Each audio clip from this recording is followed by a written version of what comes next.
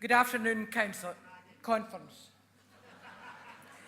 I'm delighted to second this amendment as a proud councillor in North Lanarkshire and the convener of the Motherwell and Wishaw branch.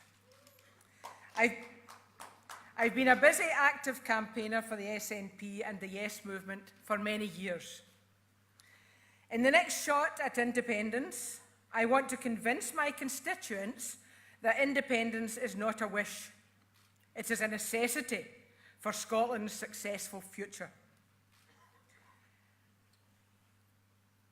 I don't look forward to going round the doors and going out at high vis and saying to people, please support independence.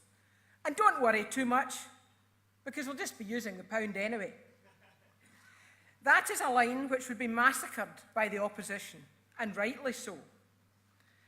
In spite of recent polls which suggests that it's what a large proportion of the people would choose, use of sterling would hamper the proper running of an independent Scotland by keeping some of the most important tools of government out of our hands, to such an extent that the 6 tests would never be met.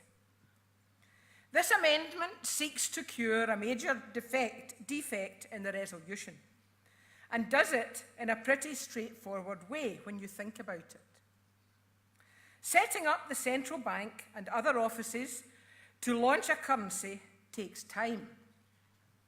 That time should be between the vote for independence and the actual date of independence, possibly around 2 years, say, so that the new currency can be created virtually on independence.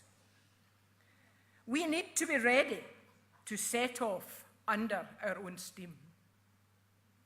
The government might enforce its use for some central purposes. It could, for instance, insist that taxes must be paid in pound Scots, and it could pay benefits in pound Scots. But to break with the past for many purposes need not be so great, because of the equal value with sterling, and because sterling could still be used for lots of everyday things, as far as people wanted to do so, and the day-to-day changeover to using the new Scots currency would happen naturally and gradually. But the Scots currency would already be there. It would be around, and its use would become more and more common. The central bank would be fully functioning, and Scotland could unpeg its currency from sterling whenever appropriate, without having to embark on that time on the whole process of creating it in the first place. So if Conference is of a view to adopt the main resolution, please do not do so without this amendment, which I am now delighted to second.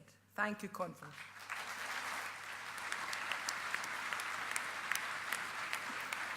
Thank you, Agnes. If we can move now, Conference, to Amendment D, and I would ask Dr. Timothy Rideout